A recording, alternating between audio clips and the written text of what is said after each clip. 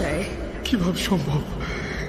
মৃতদের এই পৃথিবীতে থাকতে নেই। তুমি তুমি চলে যাও, চলে যাও, প্লিজ চলে যাও। সবটাই কি ইলুশন, নাকি অন্য জগতের কেউ কখনো হাজির হয়ে যায় চোখের পলকে? ভূত.com with Russell। Welcome back. আপনাদের সবাইকে স্বাগত জানাচ্ছি আমি রাসেল। আশা করছি আপনারা সবাই ভালো আছেন এবং ভালোর দলে আছেন। আমিও ভালো আছি, ভালোর দলে আছি। আপনাদের সবাইকে জানাচ্ছি পবিত্র ঈদ উল ফিতরের শুভেচ্ছা। আশা করছি ঈদ ভালো কেটেছে পরিবারের সবার সাথে, আপনজনের সাথে। ঈদের সময় আসতে যেমন ভালো লাগে, ঈদের সময় ঈদ শেষ করে ফিরতে ততটা ভালো লাগে না এবং আমাদের তখন মনটা থাকে অনেক খারাপ। এবং আমি চেষ্টা করব যে আপনাদের মনটাকে যতটা সম্ভব ভালো করে দেওয়ার। হয়তো অনেকেই হয়তো এখন আবারও কর্মস্থলে ফিরে গেছেন, অনেকে হয়তো এখনো আছেন পরিবারের সাথে। যারা আছেন তারা অনেক লাকি, আর কেউ কেউ হয়তো ঈদে আসতেই পারেননি। বিশেষ করে আমাদের যে সমস্ত প্রবাসী ভাইরা থাকেন বিভিন্ন জায়গায়, পৃথিবীর বিভিন্ন জায়গায়, তারা কিন্তু প্রত্যেক ঈদে বা হয়তো কোনো ঈদেই টাইম করে আসতে পারেন না।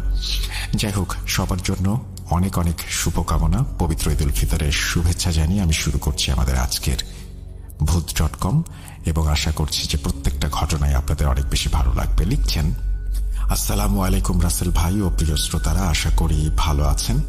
তারপরে তিনি লিখেছেন যে দয়া করে আমার নাম ঠিকানা বলবেন না। তারপরে তিনি বলে দিয়েছেন যে কোনটা কোনটা বলা যাবে, কোনটা কোনটা বলা যাবে না।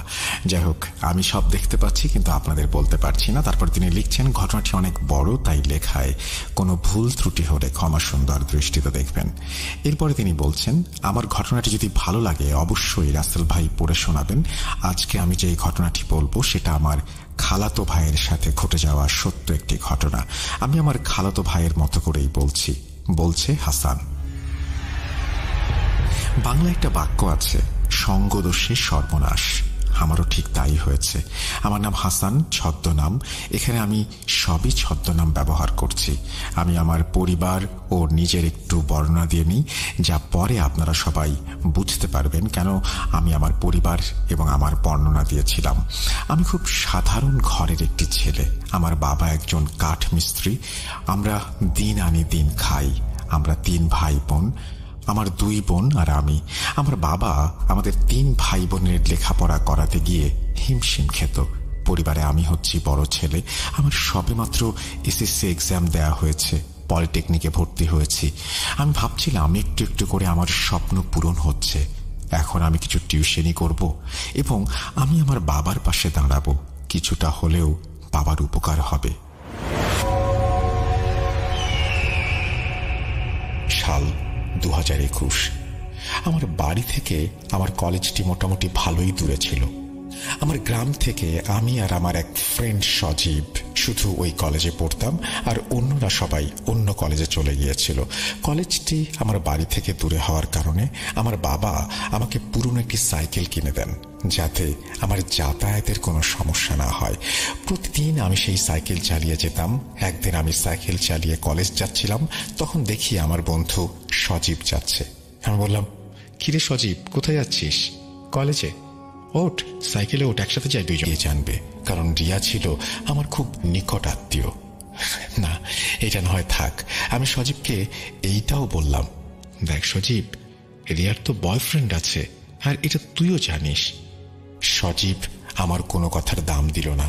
যাই হোক, অনেক বোঝানোর পরেও সজীবে বুঝল না। তখন আমি বললাম, তোর মন যা চায় তাই কর। এইভাবেই কেটে গেল প্রায় 1 মাস। ঘটনার মূল শুরু এখান থেকেই। সাল 2022-এর শুরুর দিক, কনকনে শীত। সেদিন ক্লাস ও কোচিং শেষ করে আমি আর সজীব বাড়ির দিকে ফিরছি। তখন মাগরিবের আজান পড়বে ভাব। সাদা কুয়াশায় ঢাকা সারা গ্রাম। আমি আর সজীব শুধু সাইকেল চালিয়ে যাচ্ছি। এতটুকু কুয়াশা আর শীত ছিল যে রাস্তায় আমি আর সজীব ছাড়া কাউকেই দেখতে পাইনি। আমরা আমাদের বাড়ির খুব কাছাকাছি চলে এসেছিলাম। তখনই সজীব আমাকে বলল, হাসান, সাইকেল থামা। আমি সাইকেল থেকে নেমে বললাম, কি হয়েছে? আরেকটি কথা, আমরা যে জায়গায় দাঁড়িয়েছিলাম সেই জায়গার একটু বর্ণনা দেই। এই জায়গার নাম 3 রাস্তার মোড়। 3টি রাস্তা 3 দিক থেকে চলে এসে এই জায়গায় মিশে গিয়েছে। একটা গেছে আমাদের গ্রামের দিকে, আর একটা গেছে আমাদের শহরের দিকে, আর একটা গিয়েছে চাষের জমি এবং অনেক দূরে আরেকটি গ্রামের দিকে। গ্রামের নাম বিলপাড়া গ্রাম। যাই হোক, সজীব আমাকে বলল, সাইকেল যতই চাষের জমির দিকে যাচ্ছে ততই মনে হচ্ছে আমরা অন্য কোনো জগতে প্রবেশ করছি। চারপাশে শেয়ালের ডাক, ঝিঝি পোকার ডাক। যাই হোক, সজীব আমাকে বলল, সাইকেলটা তুই আমাকে দে, তুই পেছনে বস আজ। আমি কিছু না বলে পেছনে বসলাম। সাইকেল নিয়ে সজীব আমাকে নিয়ে ছুটে চলল সেই চাষের জমির দিকে।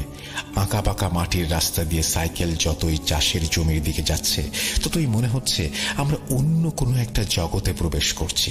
চারপাশে শেয়ালের ডাক, ঝিঝি পোকার ডাক, আর কনকনে শীতের মধ্যে যেন অন্য একটি জগতের দিকে এগিয়ে যাচ্ছিলাম আমরা। আমি বুঝতে পারছিলাম না সজীব আমাকে কোথায় নিয়ে যাচ্ছে। অনেকক্ষণ সাইকেল চালানোর পর আমরা একটি গ্রামে প্রবেশ করলাম। আমি সজীবকে জিজ্ঞেস করলাম, কিরে, কোথায় আসলাম? সজীব আমাকে বলল, বিলপাড়া গ্রামে এসেছি। বিলপাড়া গ্রামে তোর কি কাজ? দেখতেই পাবি। সজীব সাইকেল নিয়ে একটা বাড়ির সামনে গিয়ে দাঁড়ালো। সজীব আমাকে বলল, সাইকেল থেকে নাম, আমরা ওই বাড়িতে যাব। আমরা সাইকেল রেখে বাড়ির ভেতরে প্রবেশ করি। বাড়ির ভেতরটি দেখে আমার গা শিউরে উঠল। একে তো কুয়াশায় ঢাকা পুরো গ্রাম, তার মধ্যে কনকনে শীত, আর তার মাঝখান দিয়ে এক টুকরো চাঁদের আলো এসে পড়েছে জমিতে, যা এক ধরনের ভয়ঙ্কর পরিবেশ তৈরি করেছে। বাড়ির ভেতরটি ছিল এই রকম যে বাড়ির উঠোনে বিশাল একটা তেঁতুল গাছ আর 3টি ছোট বড় ঘর। চাঁদের আলো আর মোবাইলের আলোতে আমি যা দেখতে পাই তা হলো, তেঁতুল গাছটি দেখে আমি কিছুটা ভয় পেয়ে যাই, কারণ এই গাছটি আর 4টি গাছের মতো স্বাভাবিক নয়। তেঁতুল গাছটির গোড়ায় অনেক রকমের খাবার, গাছটিকে সাদা, কালো, লাল ইত্যাদি সুতা দিয়ে পেঁচিয়ে রাখা হয়েছে। অবাক করা বিষয় হলো, গাছটি দেখে আমার মনে হলো গাছটিকে প্রতিদিন পুজো করা হয়। যাই হোক, আমি আর সজীব বাড়ির ভেতরে প্রবেশ করে দেখি একটি ঘরে আলো জ্বলছে। আমি আর সজীব সেই ঘরের সামনে যাই এবং তখনই সজীব বলে ওঠে, কাদের কাকা আছেন ঘরে? তখনই একজন বৃদ্ধ মহিলা এসে বলে, কে তোমরা, কেন এসেছ? আমার বন্ধু সজীব বলল, কাকি, কাকাকে গিয়ে বলেন সজীব নামে একজন এসেছে, আমি কাকার সাথে মোবাইলে কথা বলে এসেছি। তখন বৃদ্ধ মহিলাটি বলল, তোমরা একটু অপেক্ষা করো। 2 মিনিট পর বৃদ্ধ মহিলাটি 2 গ্লাস পানি নিয়ে আসলো আমাদের কাছে আর বলল, নাও, এই 2 গ্লাস পানি খেয়ে নাও। আর একটা কথা, পানি খাবার সময় বিসমিল্লাহ বলা লাগবে না, আর বাম হাতে নিয়ে খেও। এই কথাটি শুনে আমার কিছুটা রাগ হলো। আমি পুরোপুরি ইমানদার নই, তাই বলে কিছু খাবার আগে বিসমিল্লাহ বলবো না এবং বাঁ হাত দিয়ে খাবো, এটা হয় নাকি? আমি সেই বৃদ্ধ মহিলার কথা না শুনে নিচে বসে বিসমিল্লাহ বলে ডান হাত দিয়ে পানিটি পান করি। আমার বন্ধু সজীব কিন্তু তা করেনি। আমি আমার গ্লাসটি যখন বৃদ্ধ মহিলাকে দিচ্ছিলাম, দেখি সেই মহিলাটি আমার দিকে তার চোখ বড় বড় করে তাকিয়ে আছে। বৃদ্ধ মহিলাটি আমাদের দুজনের দিকে লক্ষ্য করে বলল, তোমরা বাইরে দাঁড়াও, আমি আসছি। এবার তিনি একটি বালতিতে করে পানি নিয়ে এসে আমাদের দুজনকে বললেন, এই পানি দিয়ে পা ধুয়ে বাম পা দিয়ে ঘরে প্রবেশ করো। এবারও আমি তার কথার কোনো দাম না দিয়ে পা ধুয়ে ডান পা দিয়ে ঘরে প্রবেশ করি। আমি কিছুটা অবাক হয়ে যাই, কারণ ঘরটিতে তেমন কোনো আসবাবপত্র ছিল না, শুধু একটি খাট ছাড়া। আরেকটা অবাক করা বিষয় হলো, পুরো ঘরটি লাল কাপড় দিয়ে মোড়ানো। যাই হোক, খাটের ওপর বসেছিলেন একজন বৃদ্ধ। আমি সেই বৃদ্ধ পুরুষটিকে দেখে সালাম দেই। জানি না আপনি বিশ্বাস করবেন কিনা, আমি সালাম দেওয়ার পর কেমন যেন একটা উত্তর দিল সেই বৃদ্ধ, যেটা আমি কখনোই শুনিনি। আমার কাছে খুব অদ্ভুত মনে হলো। যাই হোক, একটু পর সেই বৃদ্ধা মহিলাটি চেয়ার এনে আমাদেরকে বলল বসার জন্য। আমরা বসি। তখন সেই বৃদ্ধ পুরুষটি সজীবকে বলল, যা বলেছিলাম তা এনেছিস? সজীব তার পকেট থেকে একটি চিরকুট বের করে দিল বৃদ্ধকে। বৃদ্ধ কিছুক্ষণ সেই চিরকুটটি দেখল। তারপর বৃদ্ধটি বিছানা থেকে নেমে ঘরের এক কোনায় লাল কাপড় মোড়ানো একটা মাটির কলস থেকে 1 বোতল পানি নিয়ে আসলেন, আর চিরকুটটি দেখে কি যেন বিড়বিড় করে পানিতে ফোঁ দিতে লাগলেন। কিছুক্ষণ পর বৃদ্ধটি সজীবকে লক্ষ্য করে বলল, আমার হাদিয়া এনেছিস? সজীব বলল, হ্যাঁ এনেছি। সজীব 1000 টাকার একটা নোট বাড়িয়ে দিল সেই বৃদ্ধের দিকে। বৃদ্ধটি টাকাটি নিয়ে সেই পানির বোতলটি সজীবকে দিল। সজীব পানির বোতলটি পেয়ে খুব খুশি হলো, যেন সে আনন্দে আত্মহারা।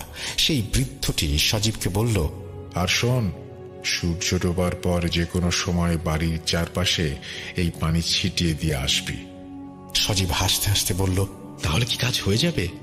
বৃদ্ধ পুরুষটি বলল, না, সবে 50% হবে, আরো 50% বাকি। তখন সজীবের হাসি মুখটি কেমন যেন কালো আঁধার হয়ে গেল। সেই বৃদ্ধটি সজীবকে বলল, আগে প্রথম কাজটি শেষ কর, পরে বাকিটা। প্রথম কাজ শেষ হওয়ার 1 সপ্তাহ পর 3টি জিনিস নিয়ে আমার সাথে দেখা করবি। সজীব বলল, কি 3টি জিনিস? বৃদ্ধ বলল, তার ব্যবহার করা কাপড়ের টুকরো, তার 2-1টি চুল, আর সে খেয়েছে এমন কোনো খাবারের একটি টুকরো। যা করার 1 সপ্তাহের মধ্যেই করতে হবে, আর এই সপ্তাহের মধ্যে যদি না হয় তাহলে আর কখনো হবে না। সজীব বৃদ্ধ লোকটিকে লক্ষ্য করে বলল, যেভাবেই হোক আমি 1 সপ্তাহের মধ্যে সবকিছু নিয়ে আসব। তখন লোকটি বলল, আনতে পারলে ভালো। তোর এই বন্ধুটি অনেক চালাক চতুর, এত চালাক চতুর হওয়া ভালো না। এই বলে বৃদ্ধ লোকটি আমাদেরকে চলে যেতে বলল, আর বলল বাম পা দিয়ে বের হতে। সজীব বৃদ্ধ লোকটির কথা মেনে চলল, কিন্তু আমি মানতে পারিনি। আমি আর সজীব সাইকেল নিয়ে চললাম বাড়ির দিকে। আমার মনে তখন হাজারো প্রশ্ন উকি দিচ্ছে। কৌতূহল বশত আমি সজীবকে কিছু প্রশ্ন করলাম, কিরে সজীব, এই বৃদ্ধ কি কোনো কবিরাজ বা ওঝা? আর সবকিছুতে এই বাম হাত, বাম পা এসব ব্যবহার করার কথা বলছে কেন? এ কেমন মানুষ রে ভাই? আর এই বৃদ্ধের সাথে তোর কি কাজ? সজীব একটু হাসি দিয়ে আমাকে বলল, বন্ধু একটু থাম, আমি জানি তোর মনে অনেক প্রশ্ন, আমি তোকে সব বলবো। আমার বেস্ট ফ্রেন্ড বলে কথা। শোন, আমার পরিবারের বিপদ, তাই বাবা আমাকে এখানে পাঠিয়েছেন। এই কথা তুই কাউকে বলবি না, কি তোর বাবাকে কি তোর মাকেও না। আচ্ছা ঠিক আছে, কিন্তু বৃদ্ধ লোকটি যে তোর কাছে চুল, কাপড়, খাবারের টুকরো চাইলো, এগুলো কি জন্য?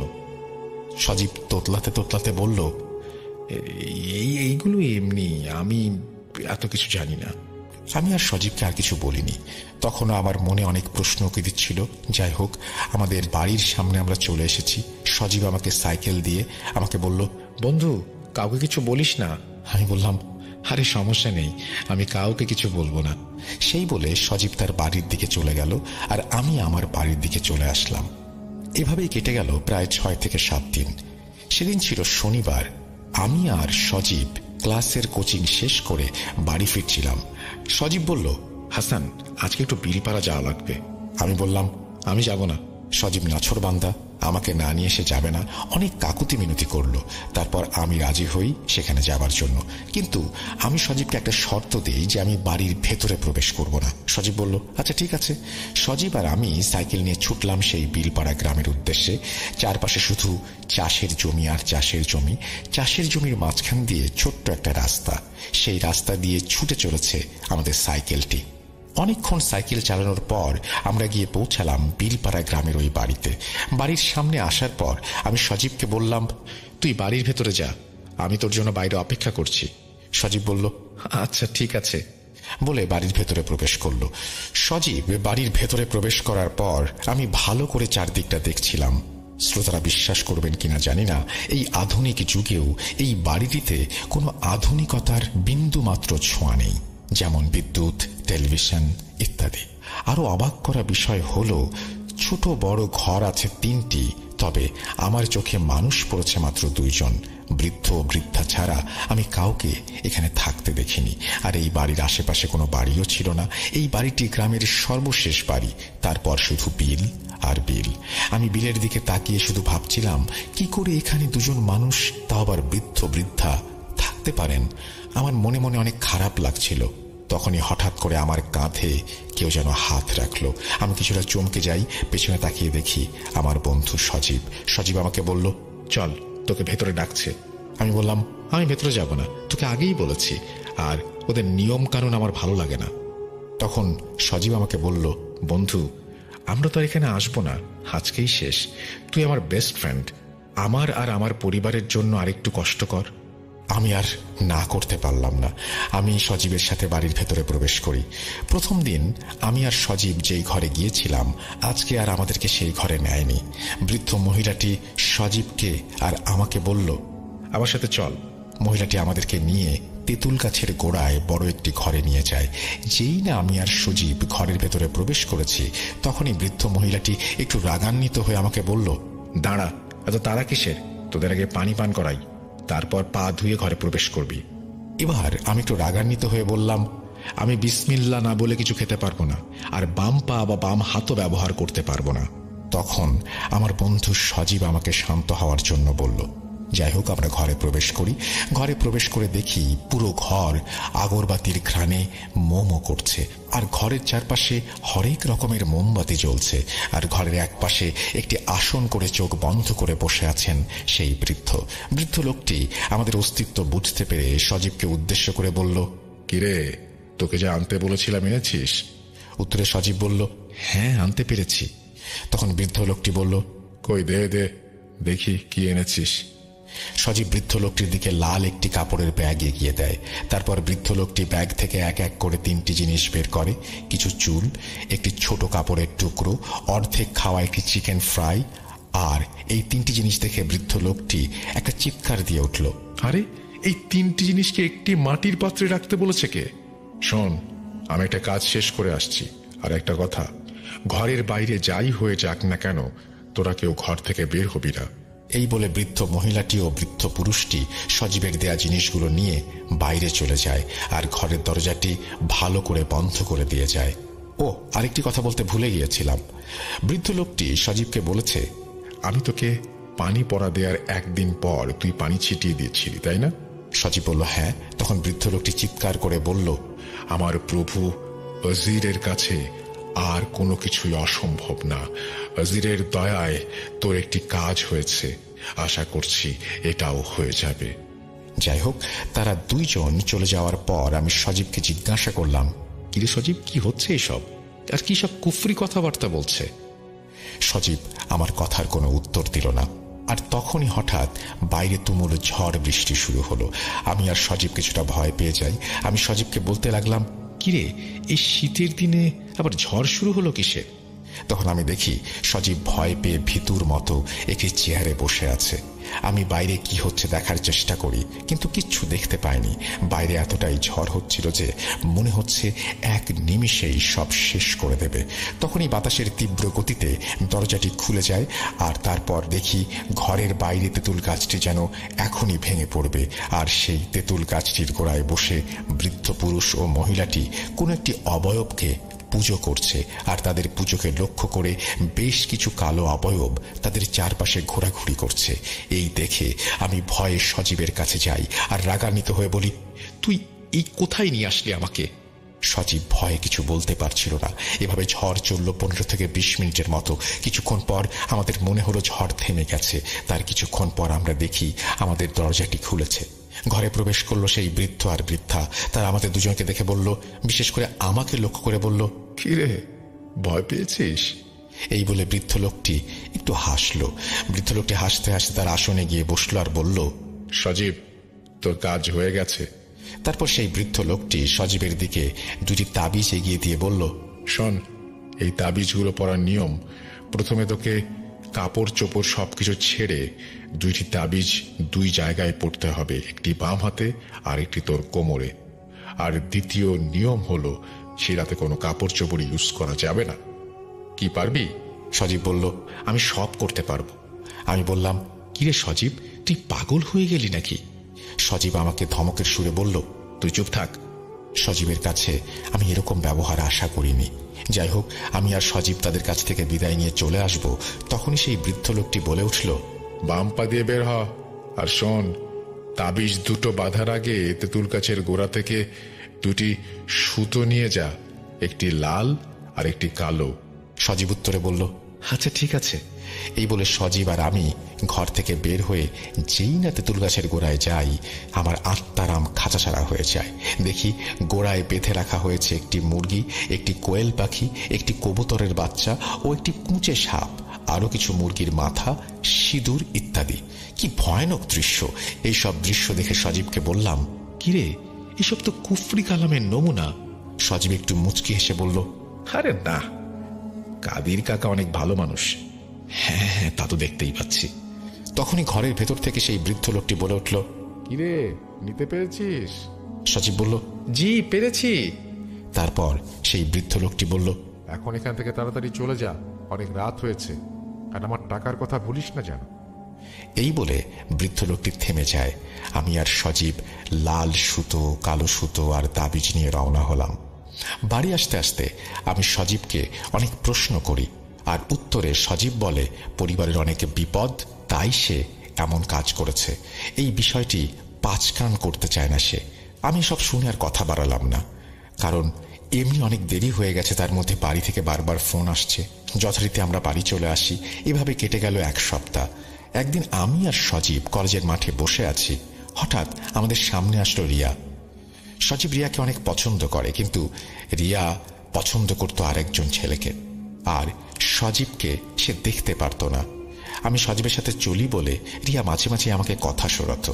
যাই হোক, রিয়াকে দেখে সজীব তো অবাক। রিয়া মাঝে মাঝেই আমার কাছ থেকে কিছু নোটবুক নিত। আমি মনে করলাম হয়তো সে নোটবুকের জন্য এসেছে। আমি যেই না রিয়াকে জিজ্ঞেস করব রিয়া কিছু লাগবে, তখনই রিয়া বলল, সজীব, তোমার সাথে আমার কথা আছে, চলো আমার সাথে। সজীব আর রিয়া চলে যাচ্ছিল। তখন সজীব ঘাড় ঘুরিয়ে আমার দিকে তাকিয়ে একটু হাসি দিল। আমি জানতাম যে সজীবের সাথে এটাই আমার শেষ দেখা, শেষ কথা, শেষ চলা। কি ভাবছেন, সজীব মারা গিয়েছে? না, সজীব মারা যায়নি। ওই দিনের পর থেকে সজীব আর আমার একসাথে কলেজে যাওয়া হয়নি, কথাও বলা হয়নি, সজীবের সাথে তেমন দেখাও হয়নি। প্রিয় শ্রোতা, আপনারা নিশ্চয়ই বুঝতে পারছেন আমি কেন বলেছিলাম সঙ্গদোষে সর্বনাশ। এখন আমি যতটুকু বলবো তার অর্ধেক বলবো, আর অর্ধেক বলবে আমার খালাতো ভাই রাকিব। যাই হোক, এভাবে কেটে গেল প্রায় 1 মাস। সজীবের সাথে আমার কথা হয়নি, আমিও নিজে সজীবের সাথে কখনো দেখা করতে যাইনি। একদিন আমি কলেজের মাঠে বসে আছি আর ভাবছি, সজীব তো আমার বেস্ট ফ্রেন্ড ছিল। আমার বিপদে সে আসতো, আমি তার বিপদে যেতাম। আজ এমন কি হলো যে সজীব আমার সাথে আর কথা বলে না? তখনই আমার এক ক্লাসমেট আমাকে এসে বলল, হাসান, কিছু শুনেছিস? আমি বললাম, কি শুনবো, কি হয়েছে? তখন আমার ক্লাসমেট বলল, সজীবের সাথে রিয়ার তো ভালো একটা সম্পর্ক গড়ে উঠেছে। আমি একটু মুচকি এসে বললাম, মানুষের মন কখন যে কোন দিকে যায়। যাই হোক, আমি ক্লাস ও কোচিং শেষ করে বাড়ি ফিরছিলাম। যদি ভুল না করে থাকি, সেদিন ছিল শনিবার, 15/3/2022। আমি যখন আমাদের বাড়ির 3 রাস্তার মোড়ের খুব কাছাকাছি, তখনই দেখি কেউ একজন আমাকে ইশারা করে সাইকেল থামানোর জন্য বলছে। আমি 3 রাস্তার মোড়ে সাইকেলটা দাঁড় করাই, আর সেই বিলপাড়া গ্রামের বৃদ্ধ লোকটি, সেই লোকটিকে দেখে আমি সালাম দিই। কিন্তু তিনি আমার সালামের কোনো উত্তর না দিয়ে আমাকে বললেন, টাকা কোথায়? এই পর্যন্ত আমার টাকা কেউ মেরে দিতে পারেনি, তুইও পারবি না। তোর প্রতি আমার একটু মায়া হলো বলে আমি নিজেই তোর কাছে আসলাম, আর আমি কখনো কারো কাছ থেকে চেয়ে কোনো কিছু নেই না। টাকাগুলো দে, আমি চলে যাই। বৃদ্ধ লোকটির সব পাগলামি কথাবার্তা শুনে আমি কিছুটা রাগান্বিত হয়ে যাই আর বলি, কি আজে বাজে কথা বলছেন? আমি কেন আপনাকে টাকা দেব, আর আপনি আমাকে কেন এসব বলছেন? বৃদ্ধ লোকটি আমাকে বলল, আমি জানি না, আমার টাকা তোর কাছেই আছে, ভালো করে বলছি টাকা দিয়ে দে। তখন আমি বললাম, আপনার কোনো প্রকারের টাকা পয়সা আমার কাছে নেই। সজীব কি আপনাকে টাকা দেয়নি? তখন বৃদ্ধ লোকটি রাগান্বিত হয়ে বলল, তোরা দুইজন আমার সাথে মজা করছিস, তাই না? এই বলেই বৃদ্ধ লোকটি আমার মাথার চুলের মুষ্টি ধরল। এত জোরে ধরল যে আমার মনে হচ্ছিল আমার মাথার সব চুল ছিঁড়ে চলে আসবে। আমি বৃদ্ধ লোকটিকে পাগল বলে ধাক্কা মারি। তিনি আমার থেকে কিছুটা দূরে সরে যান। সেই বৃদ্ধ লোকটি অন্য কোনো ভাষায় আমাকে কিছু একটা বলে চলে যান বিলপাড়ার দিকে। আমি আমার মাথায় হাত দিয়ে দেখি বেশ কিছু চুল ছিঁড়ে গিয়েছে। আমি তখনই সজীবের বাড়ির দিকে রওনা হলাম। আমি সজীবকে বাড়িতে পাইনি। প্রিয় শ্রোতা ও রাসেল ভাই, আমি জানতাম যে আজকের পর আমার জীবন এখানেই থেমে যাবে। সংক্ষিপ্ত আকারে আমি আমার বর্ণনা দিই আমার সাথে কি হয়েছিল। আমি বাড়ি আসার পর অনেক অসুস্থ হয়ে পড়ি। এতটাই অসুস্থ হয়ে পড়ি যে আমাকে 3 মাস হসপিটালের বেডে কাটাতে হয়, এবং তারপরও আমি সুস্থ হইনি। তারপর কি হয়েছিল তা বলবে আমার খালাতো ভাই রাকিব। হাসানকে 3 মাস হসপিটালে রাখার পরেও হাসান সুস্থ হচ্ছিল না, আর আমরা টাকা পয়সার দিক থেকেও দুর্বল হয়ে পড়ছিলাম। আশা করি আপনারা সবাই জানেন হাসানের বাবা ছোটখাটো কাজ করত। যাই হোক, হাসান সুস্থ হচ্ছিল বলে আমরা হাসানকে আমাদের বাড়িতে নিয়ে আসি, অর্থাৎ হাসানদের বাড়িতে। বাড়ি আনার পর শুরু হলো হাসানের আর এক সমস্যা। তা হলো হাসান অনেক পাগলামি করতে লাগলো, যেমন ফাঁসি নেয়া, নিজের হাত পা কেটে ফেলা, কাউকে দেখলে মারধর করা, ইত্যাদি ইত্যাদি। তারপর হাসানের বাবা হাসানকে নিয়ে যায় মেন্টাল হসপিটালে। ডক্টর হাসানের ব্যবহার বা পরিস্থিতি দেখে বলল হাসানকে এখানে কিছুদিন রাখতে হবে, তার অবস্থা বেশি ভালো না। হাসানের বাবা হ্যাঁ বলে 2 চোখ মুছতে মুছতে হসপিটাল থেকে বেরিয়ে গেল। আমরা সবাই জানি ঘরের বড় ছেলের ওপর বাবা মার একটা আশা থাকে। হাসানের বাবা মারও তাই ছিল। যাই হোক, মানসিক হাসপাতালে 1 সপ্তাহ 2 সপ্তাহ করতে করতে কেটে যায় 3 মাস। তাও হাসান সুস্থ হচ্ছিল না। হাসানের চিকিৎসা করতে গিয়ে হাসানের বাবা তাদের ভিটে বিক্রি করে দেয়। তবুও হাল ছাড়েনি। একসময় মানসিক হাসপাতাল থেকে হাসানকে বাড়িতে পাঠিয়ে দেয়া হয়, কারণ হাসানের অবস্থা খুবই খারাপের দিকে যাচ্ছিল। হাসান খাবার খেত না, আর একটি কষ্টদায়ক কথা হলো হাসান পঙ্গু হয়ে যায়। ডাক্তার বলেন হাসানের রক্তশূন্যতার কারণে হাত পায়ের রগ শুকিয়ে যাওয়ার কারণে সে পঙ্গু হয়ে গিয়েছে। আরেকটি কথা বলতে ভুলে গিয়েছিলাম, হাসানকে অনেক হুজুর কবিরাজও দেখানো হয়েছে, কেউ কিছু বলতে পারল না, হাসানের সমাধান দিতে পারল না। হাসানকে মানসিক হাসপাতাল থেকে পাঠিয়ে দেওয়ার পর সে বিছানায় শুয়ে শুধুমাত্র মৃত্যুর দিন গুনছে। আমরা আমাদের সামর্থ্য মতো যতটুকু পেরেছি তা করেছি, কিন্তু আমরা একটা সময় আর পারিনি। আমরা হাসানের আশা ছেড়ে দেই। তখনই আমরা আশার আলো দেখতে পাই। বাংলায় একটি কথা আছে, রাখে আল্লাহ মারেকে। হঠাৎ আমাদের গ্রামে বাংলাদেশের নাম করা এক হুজুর আসেন ওয়াজ মাহফিলে। গ্রামের অনেকেই বলা বলি করছিল এই হুজুর নাকি অনেক বড় মাপের আলেম, তিনি অনেক কিছুর সমাধান করতে পারেন। এই কথা শুনে আমি আর হাসানের বাবা চলে যাই সেই হুজুরের কাছে। হুজুরের মাহফিল শেষ হলে আমরা হুজুরের সাথে কথা বলি। হুজুর বলেন, আমি তো এখন যেতে পারবো না, আমার আরেক জায়গায় ওয়াজ মাহফিলে যেতে হবে। গ্রামের মানুষ ও আমাদের কাকুতি মিনতি দেখে হুজুর হাসানকে এক নজর দেখতে আসেন। হুজুর বাড়ির ভেতরে প্রবেশ করেই বললেন, এই বাড়িতে একটা আড্ডাখানা হয়ে গিয়েছে, কিভাবে আছেন এই বাড়িতে? এই বলে হুজুর হাসানের ঘরে প্রবেশ করে। হুজুর হাসানকে দেখেই আল্লাহু আকবার বলে চিৎকার দিয়ে ওঠেন। বলেন, এই ছেলে এখনো জীবিত আছে কিভাবে তা আল্লাহই ভালো জানেন। হাসানের বাবা জিজ্ঞেস করেন, হুজুর কি হয়েছে আমার ছেলের? হুজুর যা বলেন তা শোনার জন্য হয়তো হাসানের বাবা মা কেউই প্রস্তুত ছিলেন না। হুজুর বলেন, তার উপর অনেক খারাপ ধরনের কালো জাদু করা হয়েছে। কালো জাদুর কিছু ভাগ আছে। হাসানের উপর করা হয়েছে খুব নিকৃষ্ট এবং নাপাকি জিনের সর্দার দ্বারা করানো কোনো জাদু। আমি এখানে ওর কোনো চিকিৎসা করতে পারবো না, হুজুর বলছেন। হাসানকে শুক্রবার সকালে আমার মাদ্রাসায় নিয়ে আসবেন। হুজুরের কথা মতো আমরা শুক্রবার সকালে হুজুরের মাদ্রাসায় চলে যাই হাসানকে নিয়ে। হুজুর হাসানকে দেখে বললেন, সে বসতে পারবে না, তাই তাকে এখানে শুইয়ে দিন। তারপর হুজুর হাসানের চারপাশে একটা গোল বৃত্ত এঁকে দিলেন। তারপর ছোট বড় মোট 15 জন হুজুর নিয়ে শুরু হলো হাসানের রুকাইয়া। আমরা তখন বাইরে দাঁড়িয়েছিলাম। আমরা অনেক কিছুর আওয়াজ শুনতে পাই এবং অনেক কিছুর ধস্তাধস্তির শব্দ শুনতে পাই। যাই হোক, রুকাইয়া চলে প্রায় 1 ঘন্টা। কিছুক্ষণ পর হুজুর ঘর থেকে বেরিয়ে আসেন, আর আমাদেরকে যা বলেন তা শোনার জন্য আমরা মোটেও প্রস্তুত ছিলাম না। বলছেন, আমি তো আগেই বলেছিলাম হাসানকে কালো জাদু করা হয়েছে, আর হাসানের উপর যে কালো জাদু করা হয়েছে তা সাধারণ কেউ করতে পারবে না, কারণ এই জিনকে পেতে হলে মানুষ কুরবান করতে হয়। আর হাসানকে যেই কবিরাজ কালো জাদু করেছে সে তার 3 জন ছেলে মেয়েকে কুরবান করেছে সেই জিনকে পাওয়ার জন্য। আর এই জিনের আছে অলৌকিক অনেক ক্ষমতা, যা অন্য কোনো জিন কখনো করতে পারে না। অন্য জিনের সেই ক্ষমতা থাকে না। আর এই জিন হচ্ছে সর্দার জিন। আর জিনও বারবার ফিরে আসছিল, কারণ কবিরাজের জিনগুলো ছিল নাপাক এবং পোশাকবিহীন। আপনারা জানেন কি কেন হাসানকে কালো জাদু করা হয়েছে? হাসান আর হাসানের এক বন্ধু একটি মেয়ের ওপর কালো জাদু করার জন্য যে কবিরাজের কাছে গিয়েছিল, কবিরাজ কিছু টাকার জন্য সেই কালো জাদুটি উল্টে হাসানের ওপর করে। হাসান আর তার বন্ধু কবিরাজকে বলেন, যদি আপনি জাদুর কাজ করে দেন, আমি সেই মেয়েকে পাই, তাহলে আপনাকে আমি সব টাকা, অর্থাৎ আমার সব টাকা দিয়ে দেব, এবং কাজ না হলে কোনো টাকা পয়সা আমি দেব না। কবিরাজের কালো জাদু কাজ করে, কিন্তু কবিরাজকে কোনো টাকা পয়সা দেয় না। কবিরাজ অনেক দিন হাসানের বন্ধুর কাছে গিয়েছিল, কিন্তু সে টাকা দেয়নি। আর সে বলে, আমি টাকা অনেক আগে হাসানকে দিয়েছি, আপনি তার কাছ থেকে নিয়ে নেন। তারপর থেকে কবিরাজ হাসানকে খুঁজতে থাকে, আর একদিন হাসানের সাথে দেখা হয়ে যায়। সেই কবিরাজ হাসানকে তার টাকা দেওয়ার জন্য চাপ প্রয়োগ করে। হাসান তো কিছুই বুঝতে পারে না। সেইখান থেকেই হুজুরের ক্ষোভ এবং তার থেকেই হাসানের প্রতি এই নিকৃষ্ট প্রতিশোধ, এবং হাসান পড়ে যায় বিপদে। হায় রে মানুষ! এই বলে হুজুর থামেন। ঘটনাটি অনেক বড় হয়ে গিয়েছে, তার জন্য আমাকে মাফ করবেন। আসলে স্বপ্ন অনেক ছোট হয়, কিন্তু বাস্তব অনেক বড়। হাসান এখন মোটামুটি সুস্থ, তবে সে আর কোনোদিন দাঁড়াতে পারবে না। আশা করি আপনারা সবাই বুঝতে পেরেছেন আমি প্রথমে কেন বলেছিলাম সঙ্গদোষে সর্বনাশ। সজীব ও রিয়ার কয়েক মাস হলো বিয়ে হয়েছে, তাদের জন্য সবাই দোয়া করবেন। আমি জানি সজীব আমার জীবন নষ্ট করে দিয়েছে। আবারও হাসান বলছেন এই কথাগুলো। আমি আল্লাহর কাছে তার বিচার চাই, আর আমার জন্য দোয়া করবেন। অনেকেই হয়তো বলবেন, সজীবের বিরুদ্ধে পদক্ষেপ কেন নেয়নি?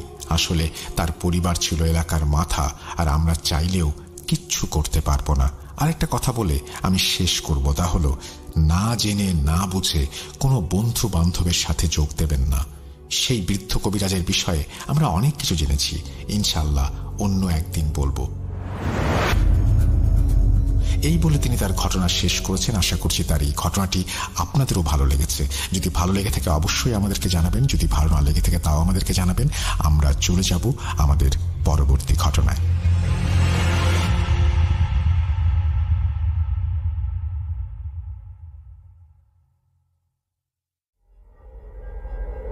Spirit, be here with me.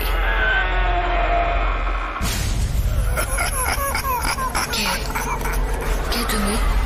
Bhoot.com. The fear returns with Russell.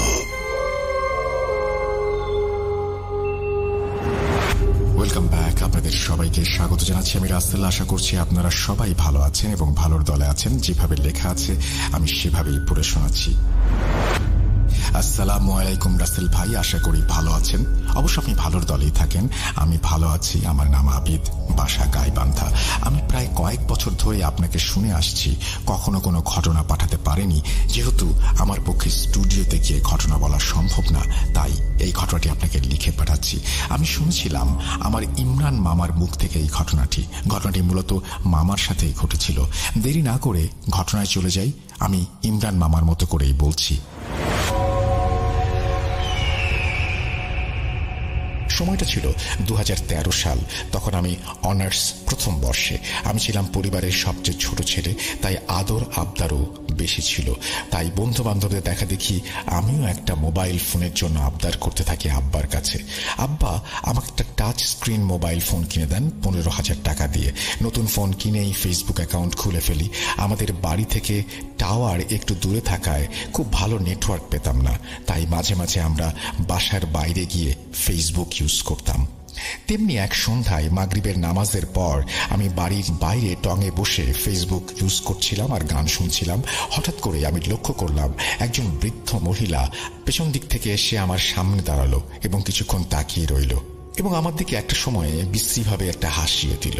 বৃদ্ধ মহিলাটি একটু খাটো, গায়ে ছিল একটা সাদা শাড়ি এবং তার মুখটা ছিল একদম রক্তশূন্য, ফ্যাকাশে ধরনের। তাকে দেখে আমি ভীষণ রকমের ভয় পেয়ে যাই। কান থেকে হেডফোন খুলে মোবাইলে গানটা অফ করে সামনের দিকে তাকাতেই দেখি সামনে আর কেউ নেই। আশেপাশে তাকালেও আর কাউকে দেখতে পাই না। আমি খুব তাড়াহুড়া করে দৌড় দিয়ে বাড়ির ভেতরে চলে যাই। তারপর আম্মাকে ঘটনাটি খুলে বলি। আম্মা বেশ রাগান্বিত হন আমার ওপরে, বলেন সন্ধ্যার পর কেন আমি বাইরে গিয়েছিলাম ইত্যাদি ইত্যাদি। তারপর উনি দোয়া পড়ে আমাকে ফু দেন, আর তারপর আমার সাথে আর কোনো ঘটনা ঘটেনি। আমি সন্ধ্যার পর আর বাসার বাইরে যেতাম না। বলে রাখা ভালো, আমি খুব ভালো মাছ ধরতে পারতাম। বলতে গেলে এক প্রকার নেশা ছিল আমার। তাই মাঝে মাঝে বন্ধুদের নিয়ে গ্রামের বিলে বা বিভিন্ন জায়গায় রাতে মাছ ধরতে যেতাম। তেমনি একদিন আমি আর আমার বন্ধু নাসিরউদ্দিন মিলে ঠিক করি যে আজকে রাত্রে মাছ ধরতে যাব। সেদিন আমার গ্রামে ইসলামিক সভা ছিল। নাসিরউদ্দিন আমাকে বলল যে সভা শুনে একটু ঘুমিয়ে মাছ ধরতে যাবে, সে আমাকে এসে জাগিয়ে দেবে। তো যেইভাবে সেই কাজ। রাত 12টার দিকে সভা শুনে এসে ঘুমিয়ে পড়ি। আনুমানিক 2:30টার দিকে নাসিরউদ্দিন এসে আমাকে ডাক দেয় এবং আমি উঠে মাছ ধরতে যাই এবং পলাই নিয়ে যাই সঙ্গে করে। গ্রামের পাশেই বিলের দিকে রওনা হই আমরা। যথাসময়ে আমরা মাছ ধরতে শুরু করি। সেদিন প্রচুর মাছ পাচ্ছিলাম। যত এগোচ্ছি তত মাছের আনাগোনা যেন বাড়ছিল। দুই বন্ধু মিলে মাছ মারছি, কিন্তু নাসিরউদ্দিন খুব বেশি কেন জানি কথা বলছিল না। এমনিতেই সে অনেক বাঁচাল স্বভাবের এবং তার বিড়ির নেশাও অনেক, কিন্তু সেদিন সে একটা বিড়িও ধরায়নি। আমি টুকটাক সিগারেট খাচ্ছিলাম, তাই নাসিরউদ্দিনকে বলি যে, কিরে বিড়ি ধরা একটা, আর গান বল শুনি। সে বলল, ইচ্ছে করছে না, তুই মাছ ধরতে থাক। তার কিছুক্ষণ পর আমরা বিশ্রাম নেওয়ার জন্য বসি। আমার কাছে ম্যাচ থাকলেও বিড়ি ছিল না, তাই নাসিরউদ্দিনের কাছে একটা বিড়ি চাই। নাসিরউদ্দিন বলে যে, তোর কাছে কোনো বিড়ি নেই? আমি বেশ অবাক হয়ে যাই। নাসিরউদ্দিন মাছ ধরতে এসছে, তার কাছে কোনো বিড়ি নেই শুনে কষ্টই লাগলো। এদিকে নাসিরউদ্দিন বেশ তোড়জোড় শুরু করে দিয়েছে সামনের দিকে এগিয়ে যাওয়ার জন্য। আমি একটু বিরক্ত হয়েই ম্যাচের একটা কাঠিতে টোকা দিয়ে আগুন জ্বালিয়ে উঠে দাঁড়িয়েছি। এক মুহূর্তের জন্য আমি চমকে গেলাম নাসিরউদ্দিনের পায়ের দিকে লক্ষ্য করে। আমি দেখলাম নাসিরউদ্দিনের পা দুটো একেবারেই অস্বাভাবিক। নাসিরউদ্দিন বেশ ভালো রকমের বিরক্তি নিয়েই পেছনে ফিরে বলল, কিরে বিড়ি নাই, কিছু নাই, অথচ ম্যাচ জ্বালাচ্ছিস কেন? চল সামনে, তাড়াতাড়ি চল। ততক্ষণে আমার মেরুদণ্ড দিয়ে শীতল স্রোত বয়ে গেছে।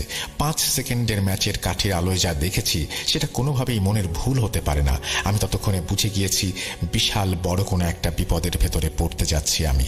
সামনের ব্যক্তিটি নাসিরউদ্দিন নয়, বরং কোনো খারাপ জিন। ভয়ে আমার দম বন্ধ হয়ে যাওয়ার উপক্রম। তারপর যত তাড়াতাড়ি সম্ভব নিজেকে একটু সামলে নেওয়ার চেষ্টা করি এবং নিজেকে বুঝাই যে সে যেন কোনোভাবেই বুঝতে না পারে এমন কিছু আমাকে করতে হবে। হয়তো জীবন নিয়ে না হলে ফেরা সম্ভব হবে না। এদিকে সামনে থেকে সে আমাকে বলল, কিরে আর কত দেরি করবি?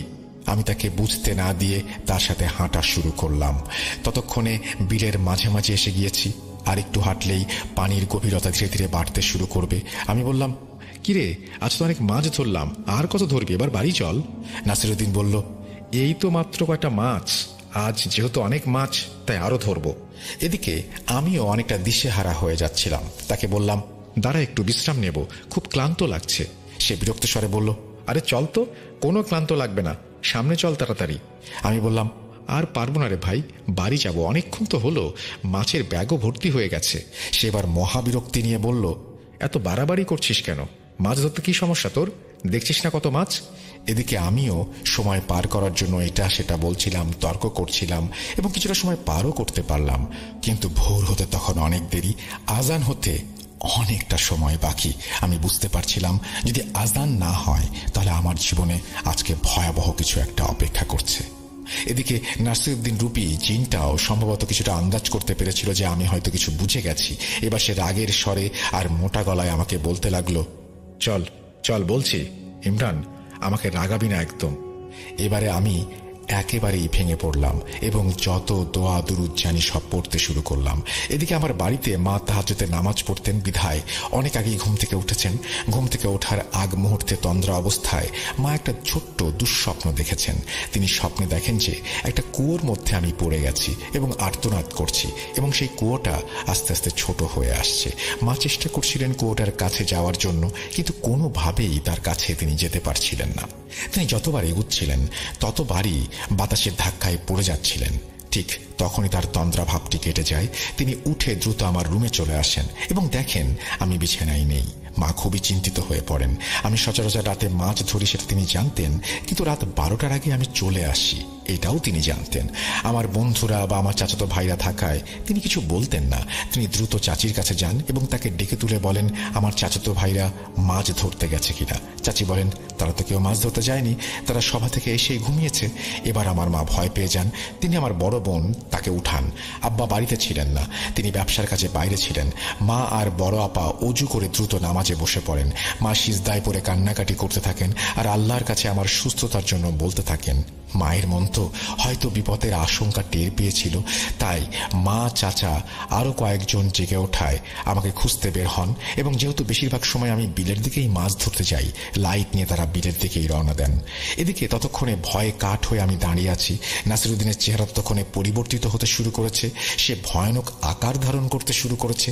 নাসিরউদ্দিনের জায়গায় আস্তে আস্তে একটা কালো ছায়া কিংবা অবয়ব কিছু একটা ওরকম দেখতে পাচ্ছি আমি তখন মৃত্যু ভয়ে কাঁপছি, মাথায় কোনো সূরা আসছে না। হঠাৎ কালো অবয়ব ভারী মোটা গলায় বলল, বাঁচবি না তুই, আজ শেষ করে ফেলব। টের পেয়েছিস যখন, মরার জন্য প্রস্তুত হ। আমিও শেষবারের মতো বাঁচার কথা ভাবলাম, আর কোনো কিছু না ভেবেই পেছন ফিরে দিলাম দৌড়। অল্প পানি হলেও দৌড়াতে বেশ কষ্ট হচ্ছিল আমার, তারপরেও জীবনের মায়া বড় মায়া। এদিকে পেছন থেকে শোঁ শোঁ শব্দ আসছিল, যেন ঝড় বইছে, আর ভয়ঙ্কর হুঙ্কার তো আছেই। প্রায় 15 মিনিট দৌড়ানোর পর আমার পা আর চলে না, শরীর ক্লান্ত হয়ে আসছিল, চোখের সামনে সবকিছুই অন্ধকার হয়ে আসছিল। হঠাৎ করে একটা কিছুর সাথে ধাক্কা খেয়ে আমি পড়ে গেলাম। উঠতে গেলে লক্ষ্য করলাম আমার চারপাশে অন্ধকার, কিছু বাতাস ঘূর্ণিঝড়ের মতো কুণ্ডলী পাকিয়ে ঘুরছে। আমি একদম মাঝ বরাবর, কখন জানি সেই ঝড়ের কুণ্ডলী আমাকে গ্রাস করে নেয়। আমি আর কিছু নিতে পারছিলাম না। আল্লাহ বাঁচাও বলেই জ্ঞান হারালাম। জ্ঞান হারাবার মুহূর্তে 3টা জিনিস আমার কানে আসলো। প্রথমে শুনলাম কেউ বলল, কেউ তোকে বাঁচাতে পারবে না। দ্বিতীয়ত আমার নাম ধরে কয়েকজন ডাকলো। তৃতীয়ত সবচেয়ে মধুর, মনে হলো অনন্তকাল ধরে এটা শোনার জন্য আমি অপেক্ষা করছিলাম, সেটা ছিল ফজরের আজানের ধ্বনি। আমি শেষ পর্যন্ত জ্ঞান হারালাম, আর কিছু বলতে পারলাম না। যখন আমার জ্ঞান ফিরল, তখন আমি নিজেকে আমার বাড়িতে আবিষ্কার করলাম। কেউ একজন আমার মাথায় পানি ঢালছে এবং দোয়া পড়ে ফুঁ দিচ্ছে। আমার মায়ের কান্নাও আমি শুনতে পাচ্ছিলাম। অবশেষে আমি চোখ খুলে উঠে বসলাম। মাথায় প্রচন্ড রকমের ব্যথা করছিল, মনে হয় 1 শতাব্দী পর ঘুম থেকে উঠলাম। একজন হুজুর আলহামদুলিল্লাহ জ্ঞান ফিরেছে বলে আমার কাছে আসলেন। আব্বা বললেন, কি হয়েছে রে ইমরান? বিলের মাঝে জ্ঞান হারিয়ে পড়েছিলি কেন? আর একাই মাছ ধরতে গিয়েছিলি? তারপর সবকিছু খুলে বললাম। নাসিরুদ্দিন সেখানে ছিল। এসব শুনে সে অবাক হয়ে যায়। আমি বললাম, সভা থেকে এসে আমি ঘুমিয়ে পড়ি। নাসিরুদ্দিন বলে, আমিও ঘুমিয়ে পড়ি, কিন্তু আমি আর উঠতে পারিনি, তাই তোকেও আর ডাকতে পারিনি। আমার রূপ নিয়ে তোর কাছে অন্য কেউ গিয়েছে। আব্বা আর কাউকে কোনো কথা বলতে দিলেন না, সবাইকে চলে যেতে বললেন, আমাকে বিশ্রাম করতে বললেন। পরের দিন আব্বা আমাকে এলাকার বড় এক হুজুরের কাছে নিয়ে গেলেন। সব শুনে তিনি আমাকে বিকালে আসতে বললেন। বিকালে তার কাছে গেলে তার কথা শুনে আমার মাথায় আকাশ ভেঙে পড়ে। হুজুর বলেন যে ইমরানের ওপর কালো জাদু করা হয়েছে, সে যে বেঁচে গেছে এটাই অনেক বড় ব্যাপার। হয়তো সেদিন রাতে তাকে মেরে ফেলতো, কিন্তু জিনটা তাকে মারতে পারেনি। সেই সময় ফজরের আজানটা হয়েছিল। তোমরাও বিলে পৌঁছে গিয়েছিলে, তবে এই জিন অনেক শক্তিশালী আর রাগী, সে তোমাদের সাথে খারাপ কিছু করবে। তারপর আব্বাকে বললেন, এর চাইতে আর কিছু আমার পক্ষে বলা সম্ভব না, তাবিজ দিচ্ছি কোনো ক্ষতির হাত থেকে তাকে বাঁচাবে। এই বলে ইমরান ভাই গল্প থামালেন এবং আমাকে বললেন আরো অনেক কিছু তার জীবনে ঘটেছে, সেগুলো অন্য কোনো দিন বলবেন। ঘটনাটি পাঠিয়েছেন আবিদ হাসান গাইবান্ধা থেকে। আপনাকে অসংখ্য ধন্যবাদ চমৎকার এই ঘটনাটি পাঠানোর জন্য। আশা করছি আপনার এই ঘটনাটি সবার ভালো লাগবে। আমরা চলে যাব আমাদের পরবর্তী ঘটনায়।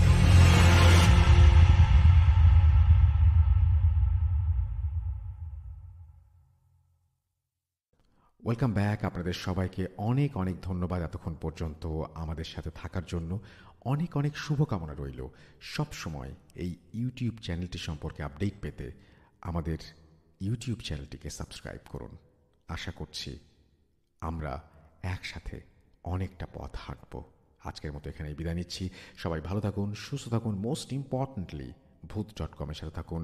আল্লাহ হাফেজ।